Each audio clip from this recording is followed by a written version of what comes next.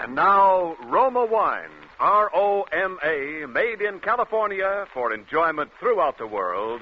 Roma Wines present Suspense. Tonight, Roma Wines bring you Mr. Brian Dunleavy as star of Lazarus Walks, a suspense play produced, edited, and directed for Roma Wines by William Spear. Suspense, radio's outstanding theater of thrills, is presented for your enjoyment by Roma Wines. That's R-O-M-A, Roma Wines. Those excellent California wines that can add so much pleasantness to the way you live, to your happiness in entertaining guests, to your enjoyment of everyday meals. Yes, right now, a glassful would be very pleasant, as Roma Wines bring you Brian Dunleavy in a remarkable tale of Suspense.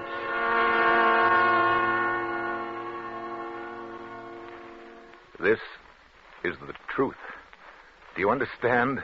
The truth. It must be the truth. It has to be.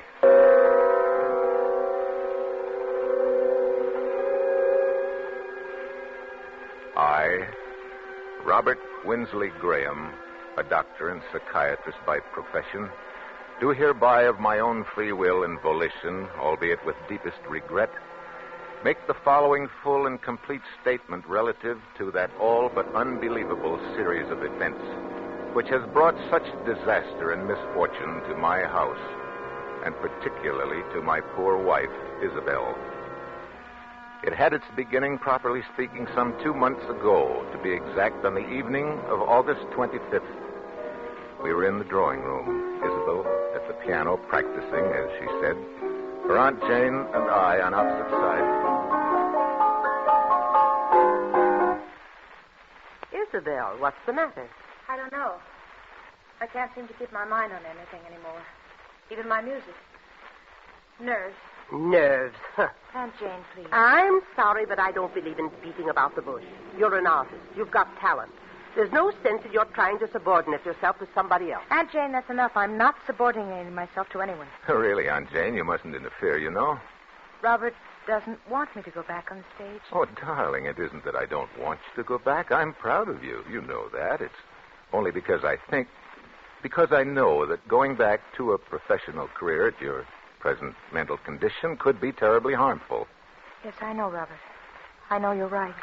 After all, I am a doctor. It's my business to know these things. I'll get it probably at the hospital. Hello. Yes, this is Dr. Graham. Who? Oh, yes. Yes, why, of course.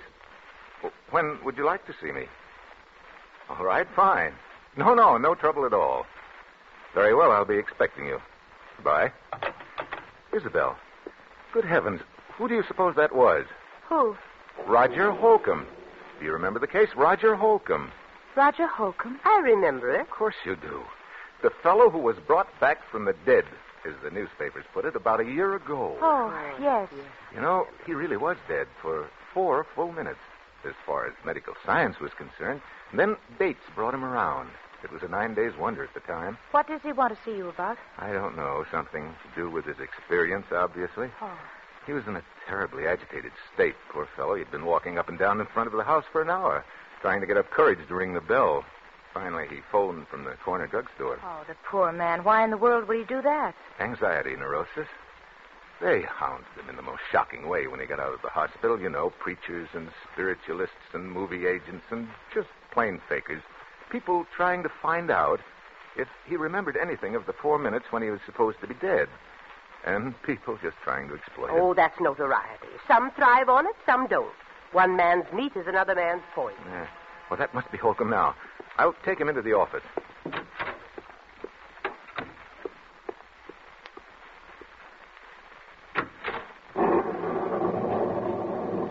Dr. Graham?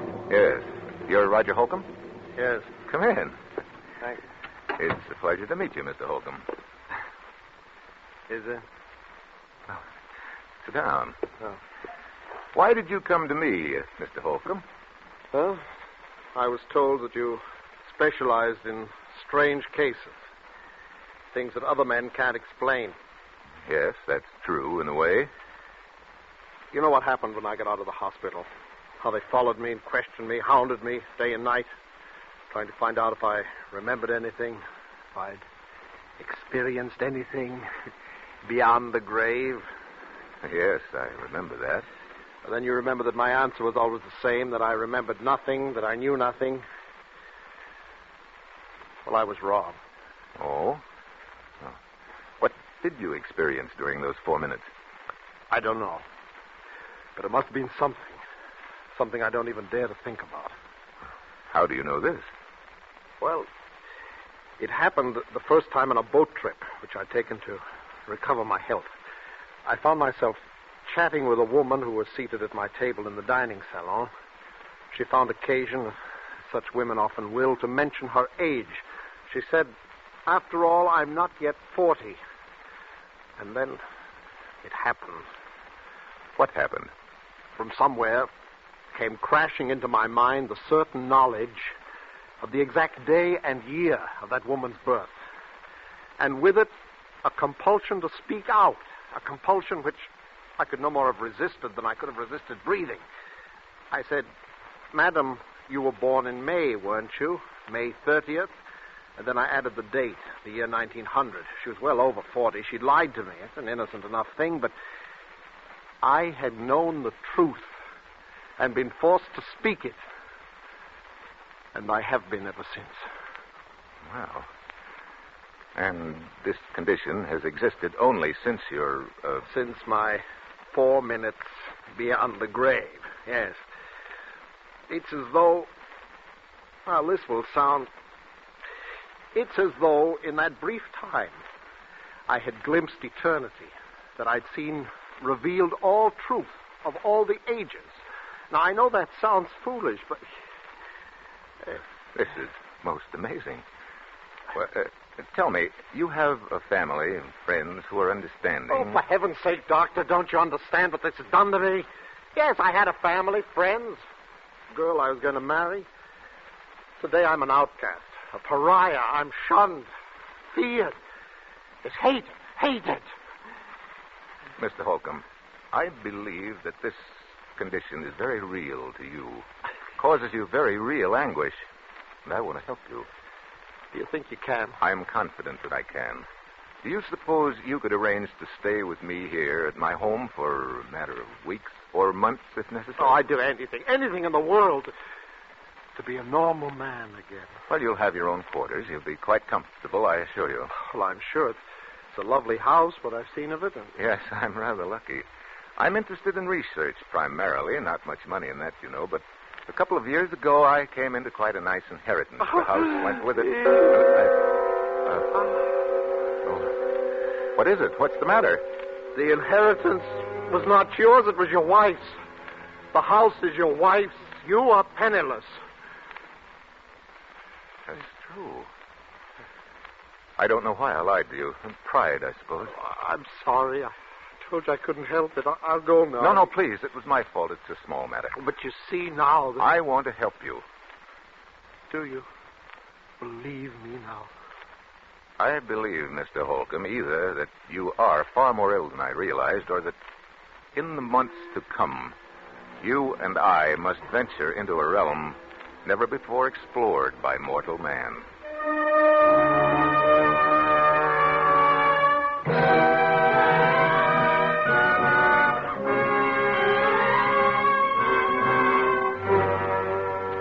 For Suspense, Roma Wines are bringing you Brian Dunleavy in Lazarus Walks, a radio play by Robert L. Richards from a story by J. Marion Speed.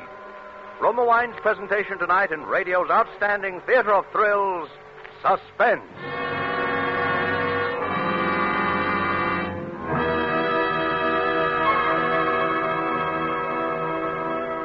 Between the acts of Suspense, this is Ken Niles for Roma Wines. These crisp autumn days, there's real pleasure in coming home to a welcome glass of Roma Grand Estate wine. Yes, for evenings at home or small get-togethers with friends, it's smart to serve Grand Estate wines. You can serve Grand Estate wines proudly to anyone, anytime. For each Grand Estate wine, a limited bottling by Roma, is born of choicest grapes. then guided to superb taste richness by patient skill, America's finest winemaking resources, and necessary time. Win compliments from your guests with Grand Estate California wines. For entertaining, medium sherry, ruby port, or golden muscatel. For dining, Burgundy or Sauterne. Remember, Grand Estate wines presented by Roma, America's greatest vintner. And while there's time, take advantage of present low Roma prices. Buy a case of assorted Roma wines for the holidays. Do it now and save money.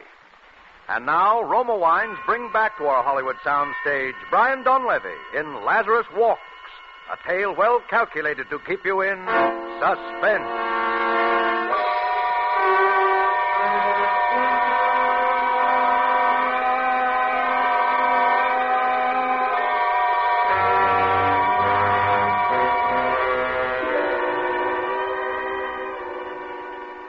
It was utterly fantastic, and yet it was true. I checked the facts again and again. He could not possibly have known, and yet he knew. Can you imagine what this meant to a man of science? If I could fathom the depths of Roger Holcomb's mind, I could make a contribution to the body of scientific knowledge absolutely without parallel in modern times. There remained the problem of Isabel. I was aware of the danger, of course, but I believed I could control the situation. I determined to proceed. Actually, Holcomb's presence made itself felt almost immediately. The first incident came after he had been with us scarcely a week.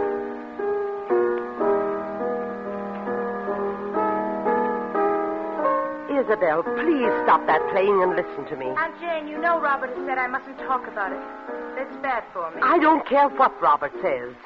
I've been sick, that's all. He's made you sick. That's ridiculous. Maybe it's just that he's afraid of losing you. Maybe he's even afraid of losing your money. But I'm absolutely convinced that whether he's meant it or not, he's made you believe there's something the matter with you that isn't. Aunt Jane, I simply forbid you to talk this way. Isabel, do something before it's too late. Do? What? Get away, leave him, divorce him, anything. Aunt Jane, you don't know what you're saying. Oh, I hope we're not interrupting. Of course not, darling. Hello, Roger. Hello, Isabel. Miss Barton. Good afternoon. How are you feeling, Roger? Well, better, I think. I think it would be better if we didn't discuss our states of mind, Isabel. Oh, yes. Of course. I'm sorry. Well, would you like me to play something for you? You know, I think I'm beginning to get the feel of it again. I do. You're sure we haven't interrupted some conversation? Of course not. We were just discussing how helpful you've been in getting Isabel back to her work again. Roger. No, you are not. You were telling Isabel to divorce her husband. Why? Isabel. I'm sorry. Roger, come back here. Isabel, is that true? You brought him in here deliberately. Is that true? It doesn't matter. Oh, you've known how I've felt for a long time. Yes, I'm afraid I have. Robert, it was all so silly. She didn't mean it. It was just I that she... did mean it. I'm sorry, Isabel, but I've been under this roof too long as it is. Oh, Aunt Jane, you're not leaving us. It's the best, Isabel. Yes, I think it is decidedly best that you go at once.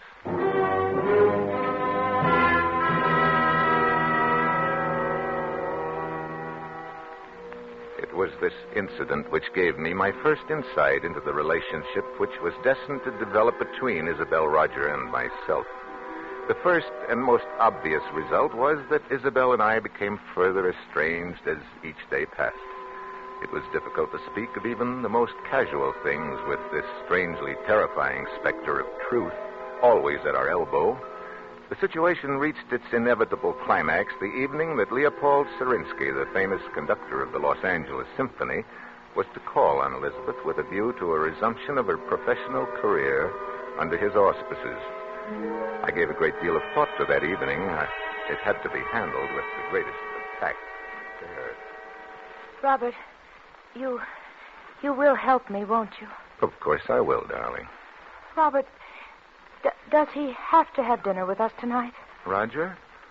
Isabel, you know how I stand on that. Oh, yes, I know, but just this once. Even once, Isabel, to keep him in his room like a spoiled child when we have guests might undo everything I've accomplished in weeks. I know, darling, of course you're right, but... Oh, Roger, come in. Robert. Yes? I was wondering if I mightn't be excused. Just tonight. You're having dinner with us, Roger. Must I? You know you must, Roger, and you know why. Roger, don't you want to meet Mr. Sarinsky? He's really a wonderful person. Yes, indeed, I would very much, but... You know, Roger, I made my debut with him in 1934. I did a concert with him every year until... Isabel was very talented. I was. I am. Roger, I'm going to play with him again, you know. He wants me to open the season in November. Can you imagine what it means to me? I'm so glad, Isabel. And Robert has finally given his consent, haven't you, dear? Robert? Robert? I'm sorry. What was it you said, Isabel? I said you'd given your consent to my playing with Sarinsky. Isabel, you know I don't want you to think that I'd ever stand in your way. Yes, I know, dear. I'll do the Emperor Concerto, and you'll come to hear me. You do want to, don't you, Roger? Well, Please, Isabel, don't ask me things that I can't. What's the matter? What's the matter with both of you? You act as though you thought I wouldn't be able to appear. As though the whole idea were hopeless or something. Isabel, please. I am going to play. And I'll be better than I ever was. You know I will, don't you? Don't you? Yes, of course, Isabel. You'll play wonderfully. No, Robert, no, that's untrue. You're very certain that Isabel will be prevented from ever playing again by death. Death? Oh, Isabel, forgive me. Death? No, it's not true. Tell me it isn't. Roger, who's going to die? Answer me. Roger, do you hear me? Answer me. Answer me.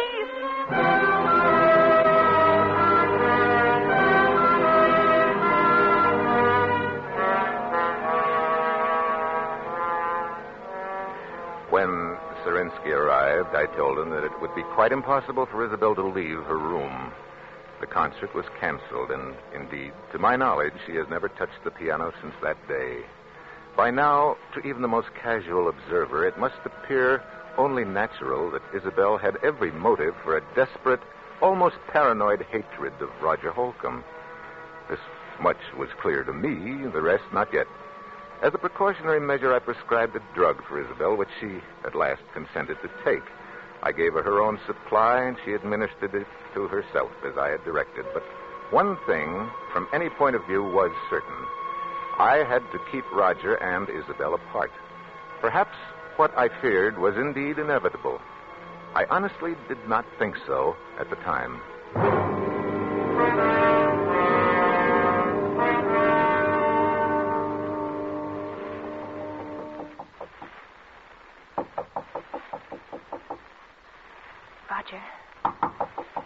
Roger. Yes? It's me, Isabel. What do you want? Let me in, please. No. Please. It's terribly important. Robert said... I know. But he said it would be all right this time. Are you sure? Yes, please. All right. Now, what do you want? I want to talk to you, that's all. What about that's so important? Roger, why don't you ever leave your room anymore? Can't you guess? Do you think I hate you? Oh, Isabel, I don't know what to think anymore. You do, don't you? I warned him. I told him it would happen. Now I'm going mad up here thinking of the anguish I've caused But, you. Roger, I don't... You must believe me. I know what it's been like for you having me here, Roger. Isabel. Roger, you see, for the first time in my life, I think my husband is wrong about something. Wrong? Yes. Don't you see? He's been worried about both of us, and so this distrust has grown up between us. Well, I don't distrust you, Isabel. You've been more wonderful But to me. you're afraid of me. And that amounts to the same thing. And it's bad for both of us. It's hurting both of us. Well, I've often felt I wanted to talk to you, to beg your pardon. Oh, Roger, you don't have to do that. We're both sick. But I think if we saw each other sometimes, if we talked the whole thing out, it would help us both. Does Robert think so, too? No. Then he didn't tell you it was all right to see me. No. I lied to you. You what? I lied to you. You lied to me. And it didn't happen. Isabel, don't you see? I am getting well. It didn't happen. I know, Roger. I don't think it does happen anymore, except with Robert. With Robert? But what makes you think I don't that know. Something about the way he acts. The way he is. Oh, but Isabel, he is curing me then. Perhaps you shouldn't have No. come. Don't you understand? We must see each other. We must talk.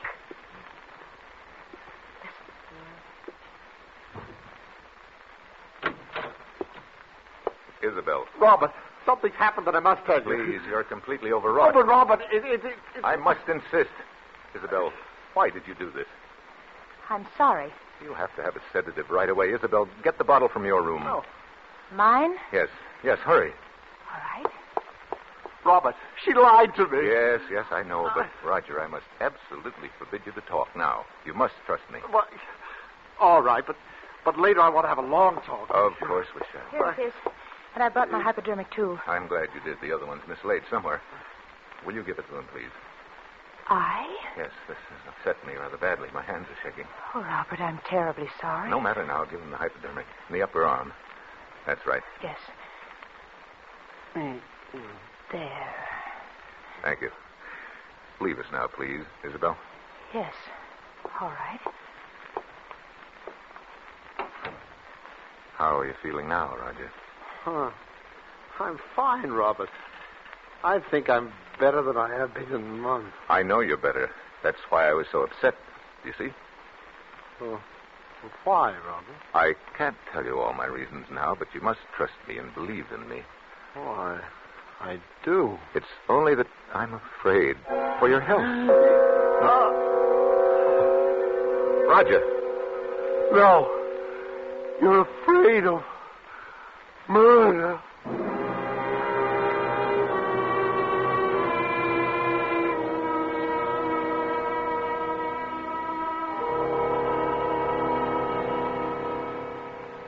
It was clear to me now. I knew I must take immediate action. I knew that the most terrible consequences might result if Isabel were alone with Roger Holcomb, even for a moment. For he knew. He said so. There was no other explanation. I thought it through most carefully, and yet no plans are perfect. No man is infallible.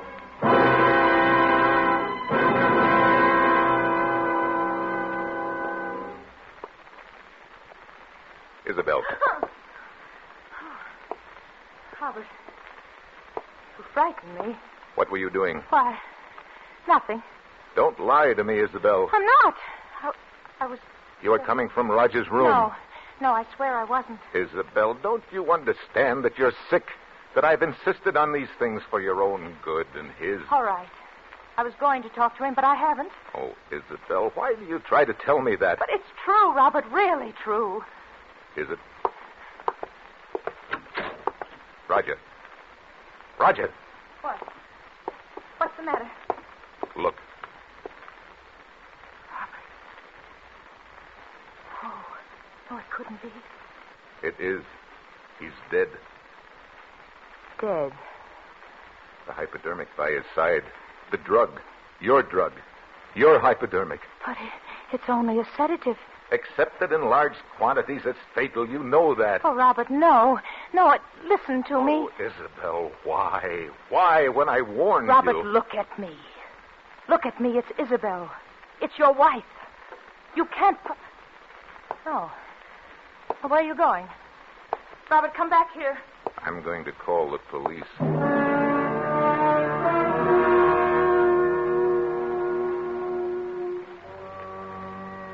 Even though it did not come to me as a shock, even from my point of view as a scientist, it was terrible enough. Yet, it had to be done, and I had done it. I did not speak to her as we waited, and she made no further attempt to appeal to me. the police arrived, I told the story with as little emotion as possible. Yeah? Yeah, their fingerprints all right on both the bottle and the hypodermic. Those would be my wife's, of course. They both belong to her. Is, that true, Mrs. Graham? Yes. Dr. Graham, do I understand you're formally charging your wife with the murder of Roger Holcomb? You could hardly expect me to do that, could you, Inspector? I am simply telling you the facts. Yeah? Well, you've carefully avoided saying anything definite as to your suspicions, Doctor. But I get the distinct impression she hated him. My wife has been mentally ill for some time. There are many people who can testify to that. She will plead insanity, Inspector, of course. Well, Dr. Graham, I can't tell you how sorry I am, but the things you've told me add up to only one thing, as you yourself obviously recognize. Yes. Your wife, Isabel Graham, murdered Roger Holcomb. What did you say? I said your wife, Isabel Graham, murdered Roger Holcomb. No. I did. What? The truth is, I murdered him.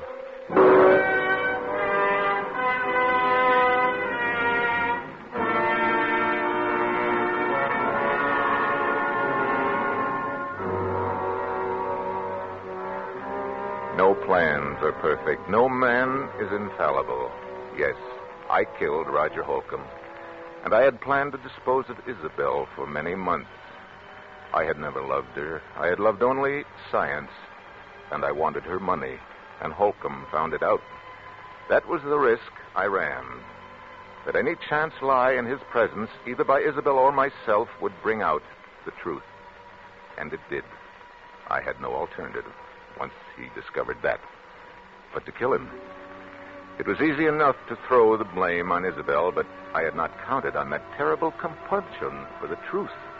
That strange affliction of Roger Holcomb's and its power over me. Did it transfer itself at his death to me, or was it conscience? It is a pity that it had to end this way. It was a fascinating case.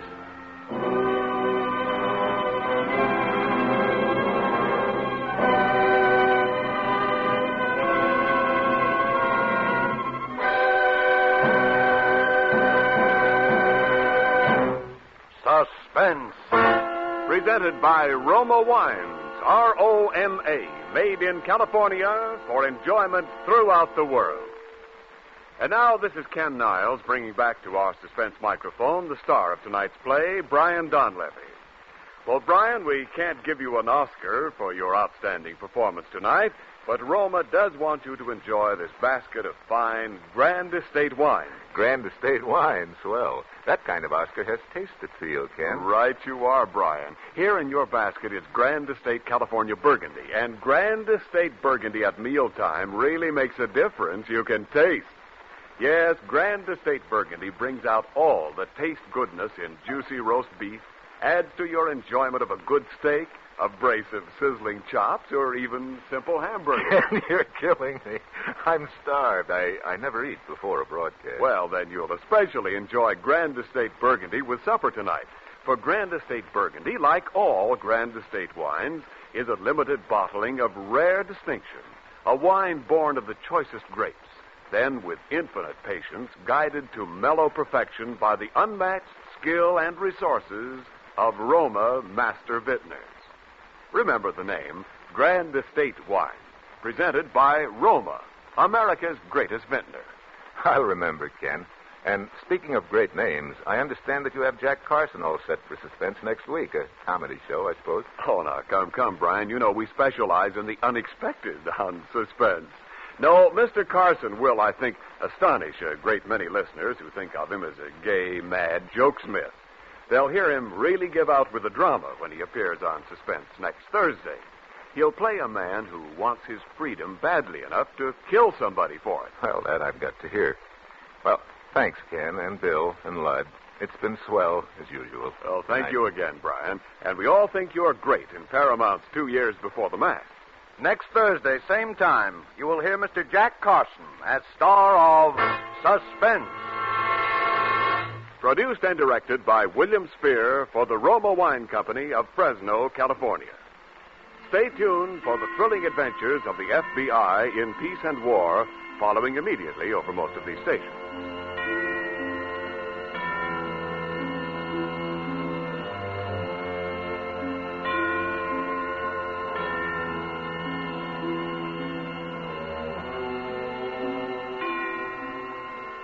This is CBS, the Columbia Broadcasting System.